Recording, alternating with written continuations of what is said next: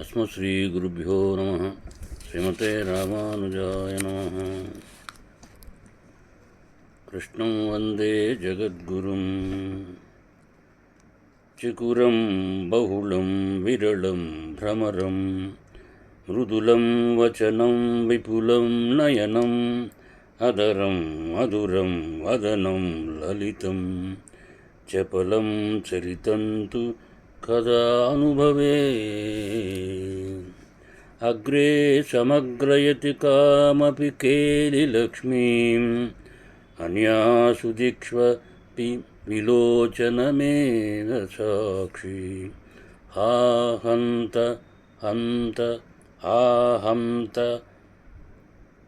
हस्तमधौ दूरमहो किमेतत् आसीत् किशोरमयमम्बं जगत्त्रयं मे चिकुरं बहुलं विरलं भ्रमरं कृष्णं वन्दे जगद्गुरुं। శ్రీమన్మహాభారతం ఆది పర్వం. నిన్నటి రోజుని మనం ఆ డుండుభముకి రురువుకి జరిగిన సంవాదంలో మనం ఉన్నాం. ఈరోజు ఆ 11వ అధ్యాయంలో మనకి డుండుభం ఆ రురునకు అహింస గురించి చెప్పడం ఉపదేశించడం జరుగుతోంది. డుండుబరువాచ సభా బభూవే సభా బభూ మే పూర్వం ఖగమో నామ వై ద్విజః వృషం సంసితవాక్ తాత తపోబలసమన్వితః సమయా క్రీడతా బాల్యే కృత్వా తార్ణం భుజగమ్మం అగ్నిహోత్రే ప్రసక్తస్తు భీషితః ప్రముమోహ వై అని. పూర్వం నాకు ఇప్పుడు డుండువు చెప్తున్నాడు. పూర్వం నాకు ఒక అగముడనే ఒక విప్రుడు స్నేహితుడు ఉండేవాడయ్యా. అతడు తపోబల సంపన్నుడు. అతని మాటలు చాలా పదునుగా ఉండేవి. బాల్యంలో ఒకనాడు నేను ఆగతేతనంగా అగ్నిహోత్రం ఆ కార్యం జరిగేటప్పుడు అగ్నిపై అంటే అందరూ లగ్నమై ఉన్నప్పుడు అతనిని గడ్డిపాముతో భయపెట్టి చేశాను. అతడు భయంతో మూర్చిపోయాడు. అతను అగ్ని కార్యంలో ఉండగా ఒక గడ్డితోటి చేసిన పాముని ఆయనకి చూపెట్టి ఆయన భయపడేలా చేయడం వల్ల అతను మూర్చిపోవడం జరిగింది. లబ్ధ్వాప చ పునః సంజ్ఞామామువాచ తపోదనః నిర్జహన్నివ కూపేన సత్యవాక్ సంసితవ్రతః అని. తిరిగి తెలివి తెచ్చుకుని ఆ తపోధనుడు సత్యవాక్కు కఠోరవ్రతుడు చక్కగా మళ్ళీ కోపంతో నన్ను దహిస్తున్నట్లుగా ఇలా అన్నాడు. యథా వీర్యశ్చయా సర్పాకృతోయం మద్భీషయా తదా వీర్యో భుజంగస్త్వం మమ శాపాద్భవిష్యతి అని. నన్ను భయపెట్టడానికి ఎలాంటి శక్తిగల సర్పాన్ని తయారు చేసావో అలాంటి శక్తిగల సర్పంగా, నిర్వీర్యమైన సర్పంగా నువ్వు అయిపోతావు. నా శాపం వలన ఇది జరుగుతుంది అని చెప్పాడు. తప్యాహం తపసో వీర్యం జావన్నాహం తపోధన వృషముగ్న హృదయ తమవోచమహం తదా ప్రణతః సంభ్రమాచ్చైవ ప్రాంజలి పురతస్థితః సఖేతి సహసేదం తే ధర్మార్థం వైకృతం మయా కృతుమర్హసి మే బ్రహ్మాం శాపోయం వినివర్త్యతాం సోదమామబ్రవీదృష్ట్వా వృషమద్విగ్నచేతసం మూర్నుష్ణం విచస్వస్య నిమిస్వస్య వివిహిస్వస్య సంభ్రాంతస్తపోధనః నానుతం వై మయా ప్రోక్తం భవితేదం కథం చవ అని. తపోధన, అతని యొక్క తపస్కృతిని నేను ఎరుగుదును కనుక ఉద్విగ్న హృదయుడనై సంభ్రమంతో దోషులు యొగ్గి నమస్కరిస్తూ అతని ఎదుట నిలిచి అతనితో ఇలా అన్నాను. చెలికాడవని తొందరపడి పరిహాసం కోసం ఇలా చేశానయ్యా, నన్ను క్షమించవలసింది, శాపాన్ని మరణించవలసింది అని అతడు కూడా ఉద్విగ్న మనస్కుడై మాటిమాటికి వేడి నిట్టుపులు ఇస్తూ మిక్కిలి తొట్టుపాటుతో నన్ను ఉద్దేశించి ఇలా అనడం జరిగింది. నా నోట అసత్యం రాదు, ఎలాగూ ఇది జరగవలసిందే అని ఆయన చెప్పాడు. యత్యుపక్ష్యామి తే వాక్యం శృణు తన్మే తపోదన శ్రుత్వా చ హృది తే వాక్యం ఇదమస్తు సదా నఘ. ఓ తపోదన, అనగా నేను చెప్పబోయే మాట విని ఈ మాటను నీ ఎదలో ఎల్లప్పుడూ పదిలంగా దాచుకో. ఉత్పత్యతి రురున్నామ ప్రమతేరాత్మజశుచి తం దృష్ట్వా శాపమోక్షస్తే భవిత నవిచిరాదివ అని. ప్రమతికి రురువనే పేరు గల పవిత్రుడైన కొడుకు పుడతాడు. అతనిని చూడగానే వెంటనే నీకు శాపముక్తి కలుగుతుంది అని చెప్పడం జరిగింది. సత్వం రురురితి ఖ్యాత ప్రమతేరాత్మజోపి చ స్వరూపం ప్రతిపద్యాహం మధ్య వక్ష్యామి తే హితం. రురుడనే పేరుతో ప్రఖ్యాతి చెందినటువంటి ప్రమతి కుమారుడు నీవే కదా. నేను నా రూపాన్ని పొంది నీకు హితం చెప్తాను అని ఆ డుండుబం రురువునకు చెప్పడం మొదలుపెట్టింది. పౌండుండుబం పరిత్యజ్య రూపం విప్రశ్మస్తత స్వరూపం భాస్వరం భూయ ప్రతివేదే మహాయస. ఇదం చోవాచ వచనం రురుప్రతిమౌజసం అహింసా పరమో ధర్మ సర్వప్రాణభృతాంబర. ఆ విప్రోత్తముడు డుండువ శరీరాన్ని విడవడం, ప్రకాశవంతమైనటువంటి ఆ స్వరూపాన్ని తిరిగి పొందడం, ఆ కీర్తివంతుడు సాటిలేని తేజస్సు కలిగినటువంటి రురువును ఉద్దేశించి ఇలా చెప్పడం జరిగింది. సమస్త ప్రాణాల్లోనూ శ్రేష్ఠుడ, అహింస పరమధర్మం, అహింసయే పరమధర్మం అని చెప్పడం అని. అంటే ఈ విధంగా శ్రీ మహాభారతంలో చెప్పే సూక్తులన్నీ కూడా ప్రధానమైనటువంటి సూక్తి ఇది. తస్మాత్ ప్రాణభృతః సర్వాన్ చ సంస్యాద్ బ్రాహ్మణ క్వచిత్ బ్రాహ్మణః సౌమ్యః బ్రాహ్మణః పౌమ్యయే ఏవేహ భవతీతి పరాశ్రుతి. కాబట్టి బ్రాహ్మణుడైన వాడు ఎప్పుడూ కూడా సమస్త ప్రాణులలోనూ దేనిని హింసించకూడదు. బ్రాహ్మణుడు సౌమ్యుడుగానే ఉండాలి. సౌమ్య ఏవేవ అని, ఏవేహ ఉండాలి అని ఉత్తమమైనటువంటి వేదం చెప్తోంది కదా. వేద వేదాంగ విన్నామం సర్వభూతభయప్రదః అహింసా సత్యవచనం క్షమా చేతి వినిశ్చితం బ్రాహ్మణస్య పరో ధర్మః వేదానాం ధారణాసి చ క్షత్రియస్య హిర్యో ధర్మం సైవేష్యత చైవైతవ. బ్రాహ్మణుడు వేదాంగవేత్త, సర్వప్రాణులకు అభయప్రదాత అయి ఉండాలి.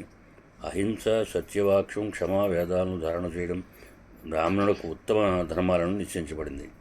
అలాగే క్షత్రియ ధర్మం నీకు ఉచితమైనది కాదు అని చెప్పడం జరిగింది. దండధారణముగ్రత్వం ప్రజానాం పరిపాలనం తదిదం క్షత్రియభ్యాసీత్ కర్మ వైశృణు మే కురు. జనమేజయస్య యజ్ఞేస్మిన్ సర్పాణాం హింసవం పురా పరిత్రాణాం చ భీతానాం సర్పాణాం బ్రాహ్మణాదపి. తపోవీర్యబలోపేతాత్ వేదాంగపారకాత్ అస్తిగాద్విజముఖ్యాద్వై సర్పసత్రే ద్విజోత్తమ అని. ఓరుడు దండధారణ, ఉగ్రత, ప్రజా పరిపాలన అనేవి క్షత్రియులకు విధింపబడినటువంటి కర్మలు. నేను చెప్పేది విను. పూర్వం జనమేజయుడు చేసిన యజ్ఞంలో సర్పాలన్నీ హింసించబడ్డాయి. ద్విజోత్తమ, ఆ సర్పయాగంలో బ్రాహ్మణ ముఖ్యుడు, అట్లాగే వేదాంగపారకుడు అయినటువంటి, అలాగే తపోవీర్య బల సంపన్నుడైనటువంటి ఆ అస్తిక మహాముని ఆ భయపడిన సర్పాలకు ప్రాణరక్షణ కల్పించాడు అని చెప్తున్నాడు. అట్లాగే సర్పయాగం గురించి రురుడు ఆ తండ్రిని అడిగి తెలుసుకోవడం జరిగింది. ఎట్లా అంటే, కథం హింసితవాన్ సర్పాన్ సరాజా జనమే జయ సర్పాన్ వా హింసితాస్తత్ర కిమర్థం ద్విజసత్తమః అని రురు అడిగాడు. ద్విజోత్తమ, ఆ జనమేజయ మహారాజు సర్పాలను ఎలా హింసించాడు, అయినా సర్పాలను యజ్ఞంలో ఎందుకు చంపించాడు అని. కిమర్థం మోక్షితాశ్చైవ పన్నగాశ్చైవ ధీమత ఆస్తికేన ద్విజశ్రేష్ఠ శ్రుతిమిచ్చామ్యశేషతః. విప్రోత్తమ, బుద్ధిమంతుడైన ఆ అస్థీకుడు ఎందుకు సర్పాలను రక్షించాడు అంతా సవిస్తరంగా నాకు వినాలనుంది సుమా అని రుండుభంను అడగడం.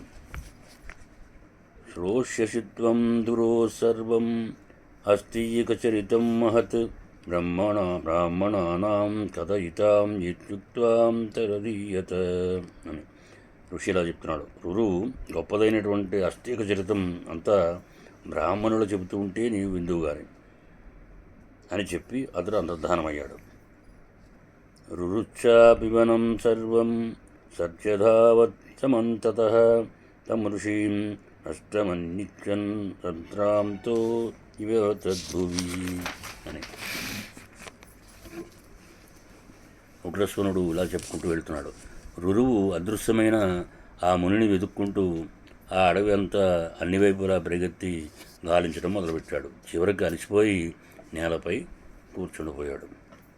సమూహం పరమం గత్వా అష్టసంజ్ఞైవాభవత్ తదృశే స్వచనం తథ్యం చింతయామాన పునః పునః లబ్ధయజ్ఞోరురుచ్ఛాయాత్ తదాదప్యవ్యో పితుస్తతః అని. పితా చాప్యతదాఖ్యానం పృష్టః సర్వం న్యవేదయత్ అని. అంటే అతనికి మూర్ఛ వచ్చి స్మృతి తప్పిన వానిలా అయిపోవడం జరిగింది. ఆ ఋషి యొక్క మాటలలో నిజమెంతో అని మాటిమాటికి ఆలోచిస్తూ తెలివి వచ్చాక ఇంటికి రావడం జరిగింది. తండ్రికి ఇదంతా చెప్పడం జరిగింది. అతడు అడిగిన వెంటనే తండ్రి ఆ వృత్తాంతాన్ని అతనికి వివరించడం జరిగింది. ఇది శ్రీ మహాభారతే ఆదిపర్వణి పౌలోమ పర్వణి సర్వసత్రావధానాయాం ద్వాదశోధ్యాయః. ఈ మహాభారతంలో ఆదిపర్వంలో పౌలోమ పర్వం అనేటటువంటి ఉపర్వంలో సర్పసత్ర ప్రస్తావనం మనకి జరగడం జరిగింది. దీని తర్వాత ఆస్తిక పర్వం జరత్కారుడు పితరులకు ఆజ్ఞతో వివాహంలోకి అంగీకరించడం. ఇందులో జరత్కార యొక్క మహాముని యొక్క తెలుస్తుంది, ఆయన యొక్క వైభవం తెలుస్తుంది. సౌనకవచ కిమర్థం రాజశార్దూలః సరాజా జనమేజయః సర్పసత్రేణ సర్పాణాం గతో అంతం తదస్వమే నిఖిలేన యథా తత్వం సౌతే సర్వమశేషతః అస్తి గచ్చద్విజశ్రేష్ఠ కిమర్థం జనతాంబరః మోక్షయామాన భుజగాన్ ప్రదీప్తా వసురేతసః కన్యపుత్ర స రాజాసీత్ సర్పసత్రం య ఆహరత్ స చ ద్విజాతిప్రవరః కస్య పుత్రో అవివత్సర్మే. సౌనక మహర్షి సూతిని ఒత్తులతో అడగడం ఆయన ఇలా చెప్తున్నాడు. ఉగ్రశ్రవణ, ఉత్తముడైనటువంటి జనమేజయుడు ఎందుకు సర్పయాగం చేశాడు, సర్పాలను ఎందుకు నాశనం చేశాడు, ఈ విషయాన్ని నాకు వివరంగా చెప్పవస్తుందని అడగడం జరిగింది.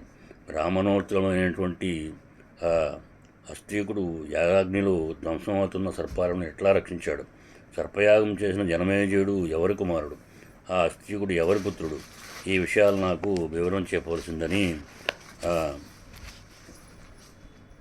సౌనక మహర్షిని పుత్రపుత్రుని సౌనక మహర్షిని సూతపుత్రుని అడగడం జరుగుతుంది. ఇట్లాగా సౌనక మహర్షి ఉగ్రశ్రవణుడు ఈ విధంగా చెప్పడం జరిగింది. బ్రాహ్మణోత్తమ, అస్థీకుని గురించి కథ చాలా పెద్దది. నీ కోరిక ప్రకారం పూర్తిగా అస్థీకుని కథ చెప్తాను విను అని చెప్పడం మొదలుపెట్టాడు. శ్రోతుమిచ్చామ్యశేషేణ కథామేతాం మనోరమాం అస్తీకస్య పురాణర్షే బ్రాహ్మణస్య యశస్వినః. శౌనకుడు ఇలా చెప్తున్నాడు. ఋషిపుంగవుడు బ్రాహ్మణోత్తముడు అయినటువంటి అస్తీకుని వృత్తాంతం సుందరమైనది కదా, ఆ కథను పూర్తిగా వినాలని కుతూలు పడుతున్నాను అని అడగగానే ఇతను శౌనకునకు ఈ విధంగా సూతుడు చెప్తున్నాడు. ఇతిహాసమిమల పిప్రా పురాణం పరిచక్షతే కృష్ణద్వయపాయన ప్రోక్తం నైమిషారణ్యవాసిషు పూర్వం ప్రచోదిత సూత పీతామేరో మహర్షణః శిష్యో యాసస్య మేధావి బ్రహ్మణేష్వాముక్తవాన్ తస్మాదహం ఉపసృత్య ప్రవక్ష్యామి యథా తదం. తాపసోత్తమ, విజ్ఞానులందరూ ఈ కథ చాలా పురాతనమైనదని చెప్తున్నారు. కృష్ణద్వైపాయనుడు వ్యాస భగవానుడు కథను చెప్పాడు. పూర్వం నా తండ్రి లోమహర్షణుడు వ్యాసుని శిష్యునిగా ప్రఖ్యాతికెక్కాడు. అతడు మా తండ్రి నైమిషారణ్యవాసులకు భారత కథనం చెప్పడం జరిగింది. మా తండ్రి వలన ఈ కథను విని నేను నీకు ఉన్నట్లుగా చెప్తున్నాను అని ఈ విధంగా మనకి జనమేజయ వృత్తాంతం, అలాగే జరత్కారుడి యొక్క పితరుల ఆజ్ఞతో వివాహం అంగీకరించడం, సర్పసత్రయాగం గురించి మనం ముందు తెలుసుకోవడానికి ప్రయత్నం చేద్దాం. కృష్ణం వందే జగద్గురు.